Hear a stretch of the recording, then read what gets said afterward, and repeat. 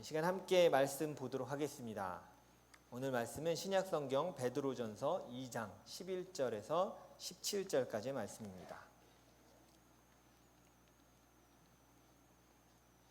베드로전서 2장 11절부터 17절까지의 말씀입니다. 신약성경 379페이지 정도로 펴시면 될 것 같습니다. 379페이지 베드로전서 2장 11절부터 17절까지의 말씀입니다. 우리가 하나님의 말씀을 두려워하고 경외하는 마음으로 이 시간 함께 일어나서 11절부터 17절까지 한 목소리로 봉독하도록 하겠습니다. 함께 읽습니다. 사랑하는 자들아, 거류민과 나그네 같은 너희를 권하노니 영혼을 거슬러 싸우는 육체의 정욕을 제어하라. 너희가 이방인 중에서 행실을 선하게 가져 너희를 악행한다고 비방하는 자들로 하여금 너희 선한 일을 보고 오시는 날에 하나님께 영광을 돌리게 하려 함이라. 인간의 모든 제도를 주를 위하여 순종하되 혹은 위에 있는 왕이나 혹은 그가 악행하는 자를 징벌하고 선행하는 자를 포상하기 위하여 보낸 총독에게 하라. 곧 선행으로 어리석은 사람들의 무식한 말을 막으시는 것이라. 너희는 자유가 있으나 그 자유로 악을 가리는 데 쓰지 말고 오직 하나님의 종과 같이 하라. 무사람을 공경하며 형제를 사랑하며 하나님을 두려워하며 왕을 존대하라. 아멘. 앉으시기 바랍니다. 시간은 나그네 같은 우리라는 제목으로 함께 말씀 나누도록 하겠습니다. 요즘 이제 여름이 됐습니다. 캠핑 시즌이 됐죠. 코로나로 인해서 저는 그런 생각을 했었거든요. 이번 여름의 최고의 레저는 결코 캠핑밖에 없을 거다라는 얘기를 했었는데 아니나 다를까 캐나다도 한국도 캠핑을 떠난 분들이 굉장히 많아졌습니다. 더 많아졌고요. 물론 저도 되게 좋아합니다. 그래서 사실은 청소년부에서 제가 도우러 가는 것 같이 여러분 이렇게 여기실 수 있겠지만 사실은 제가 끼고 싶어서 아무도 모른 척 도와주는 척 하면서 이렇게 낀 겁니다. 애들도 잘 모를 수도 있어요. 네, 우리 다나 진섭이도 모르지만 제가 낀 겁니다. 가고 싶어서 그냥 애들이 목사님 싫어야 할까봐 은근슬쩍 도와준다고 이렇게 그냥 같이 가는 겁니다. 여러분도 캠핑 가서 가끔 그러실 때 있잖아요. 저만 그렇게 생각해요. 우리 목사님 잠깐 저녁에 부를까? 이렇게 생각이 이렇게 들 때 힘드셔서 못 오실 거야 라고 굳이 이렇게 생각하지 않으셔도 돼요. 이렇게 그런 생각이 드시면 이렇게 연락하시면 제가 멀어도 신나게 달려갈지도 모릅니다. 저도 되게 캠핑을 좋아하니까 캠핑을 가서 뭐 생각하는 거, 아이들과 노는 거, 뭐 구워 먹는 거 이런 거 아주 좋아합니다. 그런데 문득 캠핑하다가 제가 이런 생각이 한번 든 적이 있어요. 되게 좋은데 만약에 돌아갈 집이 없으면 어떡하지? 라는 생각이 문득 들었어요. 그 캠핑 자리에서 돌아갈 자리가 우리가 있는 거잖아요. 근데 돌아갈 집이 없다면 이걸 내가 어떻게 느낄까라는 생각을 한번 해봤어요. 자연 좋습니다. 아름다워요. 근데 돌아갈 곳이 없고 만약에 이게 끝이라면 갑자기 그 생각을 하니까 행복한 마음이 싹 사라졌어요. 왜냐하면 가만히 생각해 보니까 거기 캠핑 자는 게 노숙이랑 별 다른 게 없는 거예요. 돌아갈 곳이 없으면 캠핑장과 뭐 노숙하는 거랑 별로 다를 게 없어요. 제가 한국에서는 캠핑에 대한 좋지 않은 기억들이 좀 몇 개 있습니다. 그 중에 하나는 뭐 어떤 장소를 폄하하고자 함은 아닙니다. 한강 주변에 난지 캠핑장에 캠핑은 아닌 그냥 피크닉을 하러 갔는데 저희 사이트가 굉장히 작아요. 안 가신 분, 여기서만 캠핑해 보신 분들은 상상이 안 될 텐데 저희 자리가 여기면 2m 옆에 다른 집입니다. 울타리도 없고 아무것도 없는, 서로 이렇게 인사할 수 있고요. 거기서 같이 시끄럽게 얘기하면서 막 하는데 그게 여기 전체에 50 사이트가 있어요. 그러니까 그냥 시장 같아요. 문득 그 생각이 든 거예요. 되게 낭만을 가지고 그 자리에 왔는데 갈 집이 없어서 그 50 가정이 그 좁은 데서 그렇게 만약에 살아야 된다면 그 모습은 흡사 뭐와 되게 비슷할까요? 혹시 딱 떠오르는 세 글자로 된 단어가 있는데 떠오르시는 게 있나요? 난민촌이에요. 난민촌과 캠핑장과 별 차이가 없어요. 차이는 뭐냐면 돌아갈 집이 있는 사람들과 아닌 사람들이란 차이예요. 텐트를 치고 사는 거, 거기서 밥을 해 먹는 거, 자는 거, 노는 거 똑같습니다. 좋은 텐트면 뭐하고 장비가 좋으면 뭐합니까? 돌아갈 곳이 없으면 그거는 그냥 홈리스 라이프예요. 그냥 거기서 그냥 사는 거죠. 문득 그러고 딱 캠핑장을 보니까 그 관점으로 보니까 되게 웃기는 장면들이 보이기 시작했어요. 여러분 잘 아시겠지만 좋은 장비들을 엄청 많이 가지고 있는 사람들이 있어요. 캠핑. 근데 그 장비를 이렇게 쭉 보는데 야, 저 의미 없다. 저게 노숙이면 그냥 장비가 많은 노숙일 뿐이고 화려한 노숙일 뿐이지 저게 결코 가치 있는 게 아니구나라는 생각이 딱 드는 거예요. 그 기준이 뭐였냐면 돌아갈 곳이 있냐 없느냐의 차이야. 이건 우리의 인생과도 되게 비슷합니다. 우리 인생에 살아갈 때 돌아갈 곳이 있는지를 알고 사는 사람과 그렇지 못한 사람의 모습이 여기서 되게 똑같아 보여요. 현상은 똑같아 보여요. 그래서 성경은 뭐라고 얘기하냐면 돌아갈 곳을 알고 사는 사람의 그 삶의 가치가 전혀 다름을 얘기하고 있어요. 하나님의 자녀로 살아가는 것과 그냥 이 땅에서 노숙처럼 살아가는 것은 천지차이인 거예요. 왜냐하면 그리스도인들에게는 돌아갈 곳이 있기 때문이에요. 오늘 우리가 읽은 베드로전서에 대한 얘기를 하기 전에 가끔 우리가 그런 얘기를 할 때가 있어요. 캠핑을 갔다 와서 집에 딱 들어오면 공통적으로 하는 말이 있어요. 이렇게 탄식처럼 탁 터지는 말. 뭐예요? 집이 제일 좋다. 집이 제일 좋아. 근데 제가 여러분에게 묻겠습니다. 알면서 왜 나가셨어요? 우리가 다 알잖아요. 집이 제일 좋은 거 아는데 알면서 왜 나갔어요? 답은 하나요. 왠지 아세요? 돌아올 걸 믿었기 때문이에요. 만약에 내가 오늘 캠핑을 나가서 난 돌아오지 못할 거야. 거기가 내가 그냥 그 땅이야 라고 생각하면 여러분 캠핑 떠나시겠습니까? 안 떠나실 거예요. 아무리 캠핑을 좋아하는 저도 안 떠날 거예요. 제가 돌아오지 못할 거니까. 오늘 우리가 읽은 베드로전서는 이 나그네에 대한 삶, 여기에 굉장히 중점을 둬서 얘기하는 책입니다. 그래서 우리가 그것에 대해서 한번 좀 보도록 하겠습니다. 베드로는요, 이 베드로전서를 여러분 잘 아시겠지만 베드로전서는 베드로가 썼습니다. 베드로가 쓴 첫 번째 편지, 그래서 전서라고 얘기하고, 그래서 영어로는 first letter라고 하는 이유가 바로 그거죠. 로마에서 썼습니다. 로마에서 이렇게 썼는데 5장 13절 찾지 않으셔도 돼요. 바울이 이런 표현을 써요. 바벨론에 있는 교회에 있는 우리가 편지를 쓰노니, 깜짝 놀라지 마세요. 이 바벨론은 그 당시에 로마의 닉네임이에요.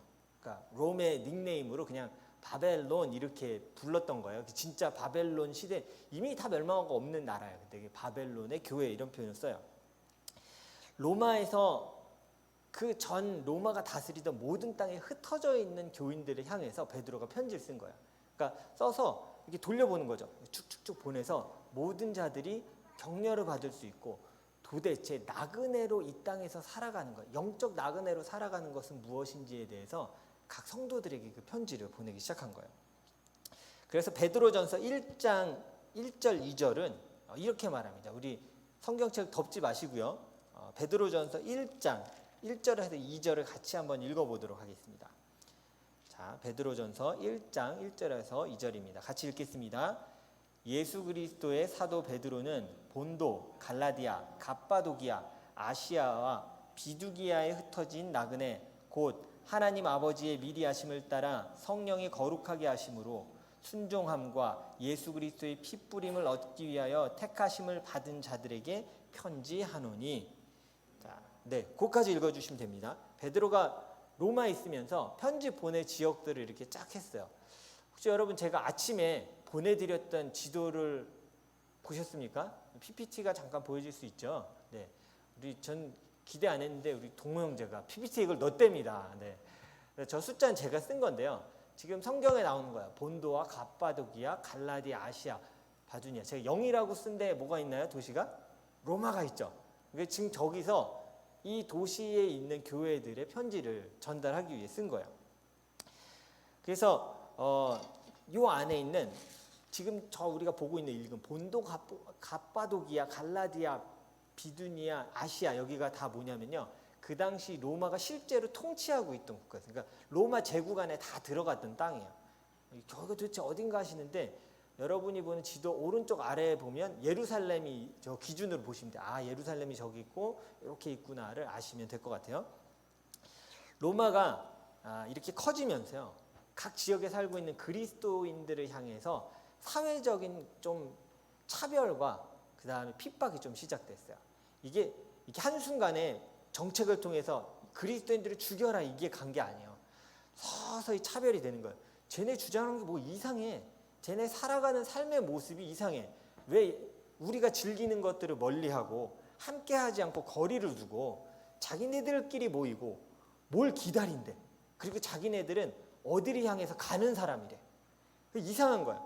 차별이 시작되고 그들을 향해서 자꾸 핍박이 시작되는 거예요. 그러다 보니까 그리스도인들이 지쳤습니다. 인내하면서 살아가는데 삶이 힘든 거예요. 그런 그리스도인들에게 베드로가 편지를 쓰기 시작해요. 말씀대로 살아가기 위해 자기 걸 포기했고요. 인내했고 사는 게 쉽지 않았습니다. 그러다가 너무 힘드니까 그리스도인으로서 사는 삶의 의미를 사람들이 잊고 살아가기 시작한 거예요. 그냥 그리스도인인데 모르겠다, 그냥 쟤도 그렇게 그냥 먹고 사는 거 위해 열심히 사니까 나도 그냥 그렇게 먹고 사는 거 위해 열심히 그냥 살면 되겠지라는 생각으로 그냥 섞여서 살아가기 시작하는 거예요. 그 위기의식 가운데 베드로가 편지를 쓰기 시작한 거예요. 이게 드라마 바이블로 혹시 이거 들어보신 분 계세요? 베드로가 편지를 쓰노니 그러면 그런데 펜으로 쓰는 소리가 나더라고요. 이렇게 소리를 잘 넣어놨어요. 편지를 써서 그들에게 보내기 시작했어요. 첫 번째 편지가 네로 황제가 다스리던 62년에서, 그러니까 더 통치 기간은 기지만 그 안에 62년에서 64년 사이에 이 편지를 썼다고 보통 추정을 합니다. 본격적인 핍박이 확 오진 않았어요. 그러니까 차라리 이렇게 핍박이 확 오면 다 알아요. 하나님 나를 정신 차리라고 하시는구나. 내가 하나님을 올바로 알아야겠구나. 딱 생각해요. 근데 더 무서운 건 뭐냐면 살짝 오는 파도처럼 천천히 괴롭히는 거예요. 내가 하나님을 믿는 것, 이 땅 가운데 하나님의 백성으로 살아가는 것이 좀 지치도록 살금살금 지치게 만들어요. 바지가 젖어요. 정정 이렇게 당기는 거예요. 나는 나가고 싶은데 발이 조금씩 빠지는 거예요. 그러다가 어떻게 해요? 나는 가야 될 때가 있는데 야, 힘들다, 그냥 여기서 그냥 살자. 이렇게 되는 현상까지 벌어진 거예요. 성경은 거기에 대해서 하나하나 지적하기 시작해요. 그래서 베드로전서에서 우리가 놓치지 않아야 하는 단어가 바로 이 나그네라는 단어입니다. 사전에서 제가 이게 한국 사전에서는, 국어 사전에서는 나그네를 뭐로 표현하나 제가 조금 찾아봤어요. 그때 이렇게 얘기합니다. 자기 고장을 떠나 다른 곳으로 임시로 머무르고 있으나 여행 중에 있는 사람, 머무르고 있거나 여행 중에 있는 사람이라고 표현하고 있어요. 그래서 영어 성경을 좀 찾아봤어요. 영어 성경 번역본이 많으니까 거기 있는 단어를 제가 거의 다 찾아봤어요. 그랬더니 이런 표현들이 나와요. pilgrim이라는 표현이 나와요.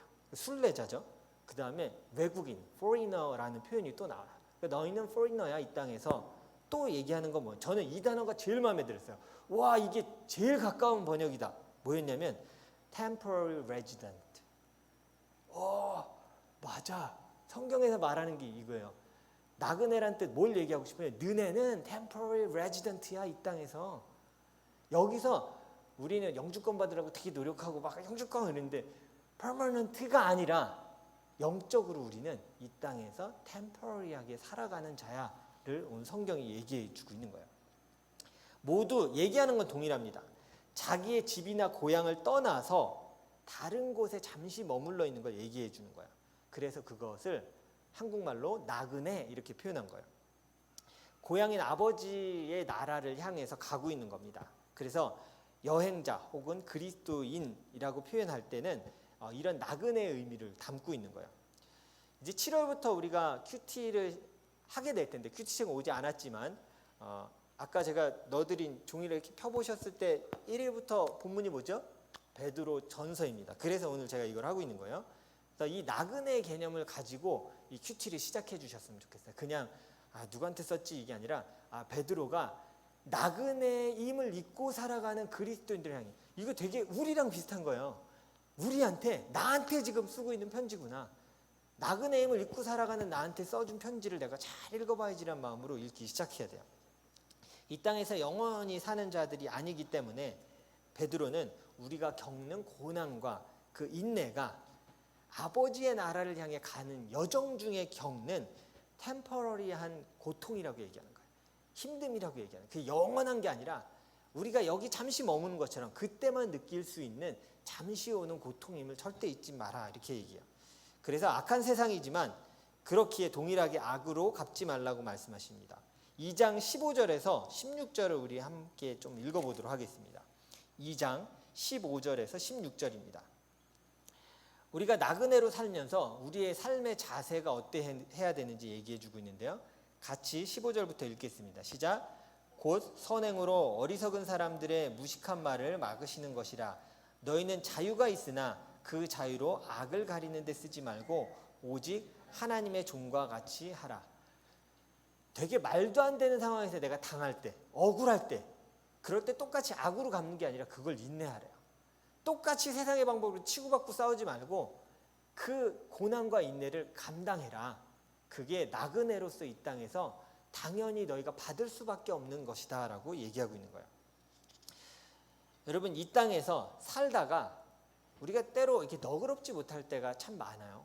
근데 누구나 가장 살다가 너그러워지는 때가 딱 옵니다. 제가 봤을 때 거의 공통적이에요. 캐네디언 한국인과 상관없이 삶을 사다가 이 순간이 딱 되면 굉장히 너그러워져요. 언제인지 아세요? 이사 가기 직전이에요. 다 공감하시죠? 그동안 막 짐을 다 쟁겨놨어요. 이거 나 언젠가 쓸 거야. 언제 만지지 마. 누구 주문하는데 이거 내가 언젠가 쓸 거야 해서 막 쌓여 있어요. 근데 이게 언제 풀리는지 아세요? 이사를 결정했어요. 그러면 한두 없이 하나님 같은 마음이 생겨요. 필요하냐? 갖고 가. 저도 여기 오기 전에 자전거 2대를 줬어요. 이거 타세요. 얼마나 줘도 하나도 안 할 거예요. 왜요? 전 떠날 거니까요. 그리스도인들이 이 땅에서 살아가야 하는 마음의 자세에 대해서 되게 잘 얘기해 주는 거예요. 나그네다움을 갖지 않으면 여기 집착하게 되고 쌓아두게 되고 내가 못 가져서 속상해요. 근데 나그네는요, 가지면 부담이 돼요. 이거 짊어지고 못 갈 텐데, 이거 못 갖고 갈 텐데. 그 나그네의 마음을 잊지 말아라가 오늘 이 베드로 전서에서 꼭 하고 싶은 얘기였던 거예요. 이 시대를 향한 성도들을 향한 베드로의 조언들이 그래서 하나씩 시작됩니다. 근데 베드로는 뭘 얘기해 주냐면요, 나그네가 이 땅을 살아가면서 꼭 가져야 하는 몇 가지 것들을 얘기해요. 이걸 어디 적으실 때가 있다면 잘 적어두시고요. 잘 기억해 놓으셨으면 좋겠어요. 생활을 할 때 먹을 것도 필요하고 마실 것도 필요하고 뭐 기구들도 분명히 필요합니다. 그런데 나그네에게 제일 중요한 건 뭐냐면요, 사실 이 나그네의 정체성을 결정하는 거예요. 내가 어디로 가는지를 알고 있는 거예요. 명확히 그걸 알고 있어야 돼요. 그래, 이게 없으면 나그네가 안 된다니까요. 뭐가 될까요? 제가 이렇게 표현하기 좀 그런데 제가 제일 비슷한 단어가 이것밖에 없었어요. 나그네가 방향을 잃으면 거지예요. 뭐가 달라요? 집이 없고 누가 이렇게 잠깐 들어와서 머무세요 그러면 머물러야 되잖아요. 근데 방향이 있다면 그건 나그네예요. 계속 안 머물잖아요. 저는 가야 할 길이 있어서 가겠습니다. 근데 거지면 어떻게 해요? 죽지도 않고 또 오는 거예요. 계속 거기 머물러 살아요. 어떻게 여기서 내가 계속 살 수 있을까로 고민하는 거죠. 어쩌면 우리가 영적인 그 나그네로서 살아가는 게 아니라, 죄송합니다, 방향을 잃고 거지처럼 살아갈 수도 있어요. 그냥 오늘 먹고 살고 내가 여기서 잘 사는 것, 그것이 최고인 양, 어쩌면 영적인 거지가 돼서 방향성을 잃고 그냥 이 땅 가운데 충분히 살아가고 있음을 성경은 보여주고 있는 거예요. 베드로는 나그네로 올바로 살기 위한 몇 가지의 것을 얘기하는데요. 첫 번째는요, 순전한 젖을 사모하라고 얘기해요. 오늘 2장 2절인데요. 2장 2절을 함께 읽어보도록 하겠습니다. 자, 2장 2절 한 목소리로 함께 읽도록 하겠습니다. 시작. 갓난아기들 같이 순전하고 신령한 젖을 사모하라. 이는 그로 말미암아 너희로 구원에 이르도록 자라게 함이라. 여기서 젖이라고 표현하면 성경에서 다른 곳에서는 젖 그러면 아기만 먹는 음식 이 표현할 때 젖을 쓰는데 여기는 전혀 다른 의미를 쓰고 있는 거예요. 뭐냐면 자녀에게 필요한 단 하나의 음식을 표현하기 위해서요. 그러니까 하나님의 자녀에게 단 하나가 필요한데 그게 뭐냐 하면 바로 젖이라고 얘기하는 거예요. 하나님이 주시는 그 은혜들, 하나님이 주시는 것을, 신령한 것을 표현하고 있는 거예요. 이것에, 이 하나님의 말씀에 다른 게 섞이면 안 돼요. 그래서 우리 엄마들 이해가 될 거예요. 애기들 젖 먹일 때 위생에 되게 신경 쓰잖아요. 왜요? 다른 게 섞이면 안 되기 때문이에요. 순전한 젖을 먹여야 되기 때문이에요. 우리도 하나님 앞에 살아갈 때 우리가 해야 될 것은 뭐냐면 하나님의 말씀에 이것저것 붙여갖고 먹는 게 아니라 순전한 아버지의 말씀을 먹게 해주십시오. 그 순전한 젖을 사모하겠습니다. 하나님, 다시 그것을 나에게 먹여주십시오라고 간구하는 자가 돼야 돼요. 그래서 순전한 젖을 사모하라고 얘기해요. 그 다음에 또 얘기하는 것은 이 땅의 것에 매이지 말라고 베드로가 얘기합니다. 아까 제가 얘기했듯이 고향에 돌아갈 것을 잊으면요, 당연히 머무르게 돼 있어요. 그리고 이 땅에서 쌓습니다. 이게 전부니까요. 내 친구가 사는 것처럼 나도 살아야 돼. 왜요? 그 친구든 여기 사니까 나도 여기 살 거거든요. 근데 우린 나그네의 정신을 잊으면 안 돼요. 우리는 떠나는 자고 방향이 있는 자예요. 하나님의 나라와 우리를 기다리고 계신 하나님을 향해서 가야 하는 게 우리의 방향이에요. 그걸 잃어버리는 순간 거지처럼 살 수 있고 난민촌에 사는 사람처럼 그냥 이 땅에서 그리스도인의 정체성을 잃고 그냥 살아가는 거예요. 내가 누구인지, 내가 왜 가야 하는지를 잊지 말라고 계속 얘기하는 겁니다. 그게 오늘 베드로가 성도들에게 권면하고 싶은 거예요. 너가 누구인지 잊지만 하나님의 자녀이며 다시 아버지가 기다리고 있는 그곳으로 가야 함을 잊지 마라. 그렇기에 네가 겪는 고난과 지금 힘든 그것이 그 과정 가운데 겪는 것임을 잊지 말아라 라고 얘기하고 있는 거예요. 우리가 가끔, 여러분 그러실 때 있을 거예요. 저는 요즘 가끔 그러거든요. 근데 여러분도 그러신 분들이 좀 계실 거라 생각해요. 분명히 내가 뭘 하려고 기억을 했어요. 내가 저 방에 가서 뭐 갖고 와야지. 근데 그 방에 갔어요. 근데 생각이 안 날 때 있죠. 그럴 때 여러분 어떻게 하세요? 다 웃으시네요. 이게 젊은 분들과 상관없을 거예요. 이게 다 느낄 거예요. 저 방에 가서 내가 뭐 가지러 가야지 이렇게 갔는데 저도 그럴 때가 있어요. 잠깐 제가 왜 왔지? 저 교회에서 그럴 때 많았거든요. 교회에서 내가 분명히 본당 가서 뭐 가지러 온다고 막 올라갔는데 본당에 서는 순간 하나님의 영광에 사로잡혔나 봐요. 아무 생각이 안 나. 내가 왜 왔지? 가만 생각해요. 생각이 날까요, 안 날까요? 대부분 안 나요. 그럼 어떻게 할까요? 다시 원래 자리로 갑니다. 원래 자리로 다시 가요. 내가 가는 방향 잃으면요, 절대 빨리 가는 게 아니에요. 가려고 아무리 노력해도 멍하니 서 있는 거예요. 이 땅에 사는 그리스도인이 내가 어디로 가고 있는지 잃어버리면 뭐 하는 거냐면요, 멍하니 있는 거야. 그 옆을 봐요. 옆에서 재밌게 사는 것 같아. 그럼 난 뭐야? 신분도 잃고 방향도 잃고 이거 따라하는 거예요. 그게 이 땅에서 살아가는 방향을 잃은 그리스도인들의 삶의 모습인 거예요. 오늘 그것에 대해서 끊임없이 경계하고 있는 겁니다. 우리는 이 땅에 살아가면서 이제 결론을 좀 맺고자 합니다. 이 여행을 잘 하기 위해서 오늘 성경에서 베드로전서에서 얘기하고 있는 건요, 잊지 말아야 될 하나님의 선물이 있으면 기억해야 된다고 얘기해요. 이걸 잘 발견해야 이 나그네 여행을 잘 할 수 있거든요. 하나님은 그냥 그 길을 와라고 그냥 우리를 던져놓지 않으셨어요. 정말 놀라운 선물들을 그 여정 길 가운데 다 숨겨 놓으셨어요. 하나하나 찾아가는 거예요. 보물찾기 하듯이 하나하나 찾아가면서 가는 그 길이 있는 거예요. 그래서 오늘 성경에서 우리에게 선물을 주신 것들을 좀 보도록 하겠는데요. 첫 번째 우리가 기억해야 될 것은, 기억하십시오. 이 나그네 길에 주신 선물은 뭐냐면 동료와 가이드를 우리에게 주신 거예요. 그러니까 그냥 이 길이 혼자 가는 길이야. 그러면 이거 얼마 못 가요. 굉장히 지쳐요. 근데 그 길을 갈 때 함께 이 길에 방향이 맞는 자들과 함께 걸어간다면 이야기 나눌 수 있어요. 가끔 신앙생활하다 그런 고백을 목회자한테 하는 분들이 계세요. 목사님, 저는 교회에서 외톨이인 것 같아요. 저는 외로워요. 교회 안에 있는데 외로워요. 왜 그랬냐면 동료를 못 찾아서요. 혹은 잘 들으세요. 방향이 동료들과 맞지 않아서요. 동료들은 하나님의 나라를 향해 가고 있는데 난 딴 데를 보고 있어. 조금 걸었어요. 처음엔 요만해요. 근데 점점 걷다 보면 거리가 벌어져요.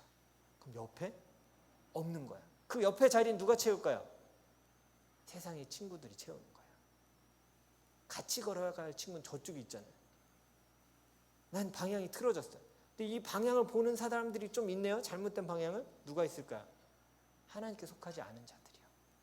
그 친구들이 옆에 붙어요. 그러면 난 동료가 생겼다고 너무 신나하겠죠. 근데 잘못된 방향을 가는 거예요. 하나님은 그래서 우리에게 뭘 주셨냐면 동료를 주신 거예요. 올바른 그 목표를 보고 있지 않은 동료들이 옆에 붙으면 생기는 그 현상이 뭐냐면 원래 목적했던 것들의 그 방향을 틀어버리는 거예요. 나 원래 저기 가려고 여행을 시작했거든요. 근데 친구들이 붙었어요. 근데 그 친구들의 방향이 달라요. 그러면 나의 방향은 결코 어떻게 돼요? 결국 방향이 틀어져요. 하나님의 나라를 향한 것이 아니라 그냥 이 땅에서 잘 쌓고 잘 사는 것이 전부가 돼서 그냥 살아가기 시작하는 거예요. 다른 곳에 동료가 많아지면 우리의 목적지를 변경하게 됩니다. 이 땅이 전부인 것처럼 부러워하면서 그냥 살아가게 되는 거예요. 그리고 가이드를 주셨으면 잊지 마십시오. 가이드는 누구냐면 저도 순간 말씀 준비하면 착각했거든요. 나는 가이드인가? 근데 아니에요. 성경은 명확히 얘기해요. 가이드는 성령님이에요. 목회자는 가이드 아니에요, 여러분. 죄송합니다. 저에게 가이드의 그 뭔가 역할을 기대하셨다면 잘못 생각하셨어요. 저는 여러분의 그냥 동료예요. 동료인데 그냥 어떤 동료냐면 한두 발짝 앞에 있는 동료예요. 어디로 가는지 좀 보고 갈 수 있는 그냥 이 뒷모습 보고 조금 따라갈 수 있는 그 정도의 그냥 동료지 전 가이드가 아니에요. 가이드는 성령님이세요. 오직 하나님이세요. 그분이 그 여정을 갈 수 있도록 우리를 이끌어 주시는 거예요. 그분을 의지하는 것, 그분을 붙드는 건 그래서 그것이 너무나 중요한 거예요. 가끔 군대에서 행군할 때 사고가 날 때가 있어요. 근데 이게 저도 장난쳐 본 적이 있는데 야간 행군하다 보면 사람이 굉장한 능력이 있습니다. 자면서 걸을 수 있어요. 계속 걸어요. 이거 경험해 보신 분도 아실 거예요. 눈을 뜨고 있는데 내가 자고 있고요. 내가 어떻게 걷고 있는지 모르는데 그냥 계속 걸어요. 이게 계속 루틴이니까 계속 걸어요. 근데 가끔 졸다가 꺾어야 되는 데서 앞사람이 방향을 못 보고 그냥 갈 때가 있어요. 다행히 뒷사람이 깨어있으면 방향을 트는데 장난치고 싶잖아요, 가끔. 근데 얘 꺾었는데 안 불렀어요. 그리고 나만 꺾은 거예요. 그럼 내 뒤는 저를 따라 잘 옵니다. 쟤는 어디 갈까요? 딴 데 가서 우당탕 한번 하는 거예요. 그럼 다 웃는 거죠. 근데 여러분, 때로 목회자도 그럴 수 있어요. 제가 잘못된 방향으로 가더건 뒤통수를 때리면서 목사님 이쪽이요. 이렇게 얘기죠. 동료가 왜 필요한 거냐면 그거예요. 방향을 맞춰 가다가 엉뚱한 데로 가면 야, 우리 여기로 가야 돼. 같이 가야지 라고 얘기해 주기 위해 동료가 있는 거예요. 동료가 없다면 내가 지쳤을 때 또 방향을 잃었을 때 아무도 나를 다시 잡아줄 수가 없어요. 다시 옆에 분들 보시겠어요? 화난 표정으로. 별거 아닌 것 같지만 이분들이 우리의 이 나그네 길의 동료예요. 되게 무시하셨죠? 하나님이 심어주신 분들이에요. 가끔 잘못 가면 그래서 잡아주시기도 해야 돼요. 장난치지 마세요. 영적인 건 잘못된 데로 가는 거 딱 보면 내가 쌤통이다 너 그럴 줄 알았어. 그러고 드시면 안 되고 빨리 뒷덜미를 잡고 야 우리는 아버지 나라를 위해 살아야지 라고 붙들어 주셔야 돼요. 또 우리에게 주신 건 뭐냐면 지도예요. 지도. 그건 뭐냐면 하나님의 말씀이에요. 어디로 가야 할지 먼저 우리에게 보여주셨어요. 눈에 보이지 않아요. 근데 우리 가잖아요. 하나님 나라 눈에 보이세요? 아버지 하나님은 눈에 보이십니까? 그럼 우리가 어떻게 이 길을 갑니까? 먼저 볼 수 있는 걸 주신 거예요. 보고 눈에 보이지 않지만 성령님의 인도를 따라 시작해서 나가는 거예요. 그것이 하나님의 말씀이에요. 그래서 이 말씀을 우리가 붙들고 살지 않는다는 건 내 기준대로 그냥 방향을 잡아 가겠다는 것과 똑같은 거예요. 그리고 오늘 꼭 기억해야 될 가장 마지막 것입니다. 그럼 방향도 나그네가 알았어요. 그리고 내 동료도 다 누군지 알았어요. 근데 제일 중요한 게 만약에 빠질 수 있어요. 이게 뭔지 아세요? 저는 묵상하면서 이게 제일 중요하더라고요. 뭐냐면 이 나그네 길을 가는 원동력이야. 그게 바로 하나님을 사랑하는 거예요. 여러분이 나그네라고 생각해 보세요. 집을 떠난 아들이라고 딸이라고 생각해 보세요.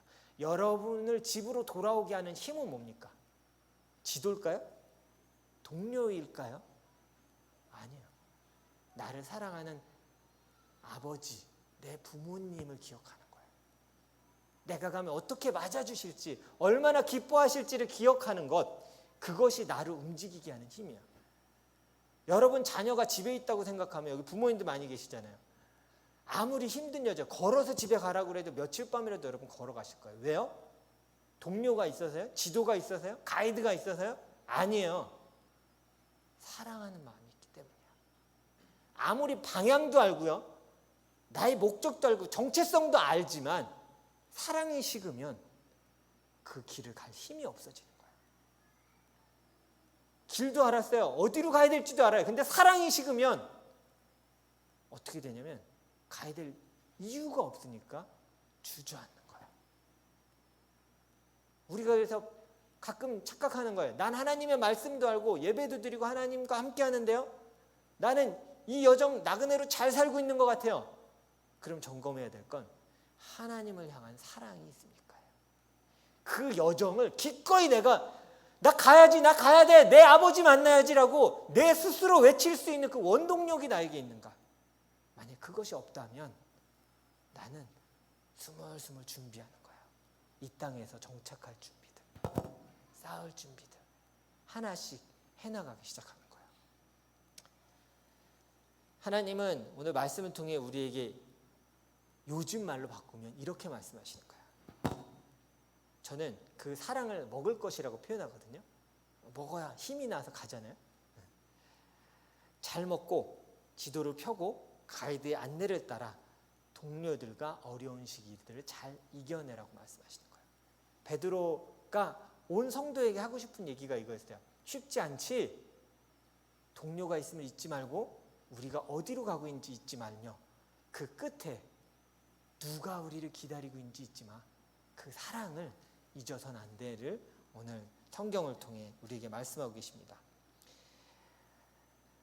저는 나그네 병이라는 단어를 한번 만들어 봤어요. 나그네 병.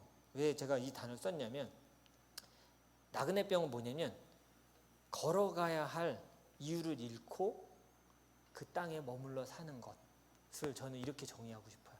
나그네 병, 부작용인 거죠. 나그네 길이 너무 길다 보니까 그냥 주저앉아 사는 거야. 이 땅에 사는 그리스도인들, 때로 우리들도요, 어느 순간 이 나그네 병에 빠져 있어요. 방향도 잃고 어디를 가야 되는지도 모르고 그냥 여기 사는 게 난데, 여기서 이 땅에서 잘 사는 게 제일 좋을 것 같은데 라는 생각으로 내 정체성도 방향도 그리고 하나님의 사랑도 잊은 채 그냥 주저앉아 버리는 거예요. 여러분, 우리는 이 땅에 살아가면서 주의해야 합니다. 우리가 하나님의 나라를 향해 가는 나그네임을 잊지 마십시오. 그걸 잃는 순간, 잊어버리는 순간 우리는 방향을 잃고 주저앉게 되어 있습니다. 이 땅에서 누릴 것이 아니라 그 우리의 진정한 고향인 하나님의 나라에서, 하나님의 품에서 누릴 기쁨과 축복을 간절히 기억하시기 바랍니다. 우리가 지난 주간 큐티 묵상하면서 부활에 대해서 많이 봤잖아요. 부활에서 잊지 말아야 될 게 뭐냐면 완성된 하나님의 나라예요. 내가 진짜 가고자 하는 그 나라에 내가 갈 거예요. 그 소망을 다시 찾는 게 부활신앙의 최고예요. 우리가 어느 순간 그것을 잊었다면, 아까 얘기한 나그네병, 부작용, 거기에 어느 순간 빠져 있는지 우리를 점검하고 다시 방향을 찾고 정체성을 찾고 하나님을 향한 그 사랑을 회복하시기를 바랍니다. 그래서 진정 하나님이 원하는 그냥 나그네를 뛰어넘는 순례자의 삶을 살아가는 여러분들이 되기를 바랍니다. 그리고 저는 너무 감사해요. 저희 순례자의 친구예요. 목사도 순례자예요. 저도 이 길을 잘 갔으면 좋겠어요.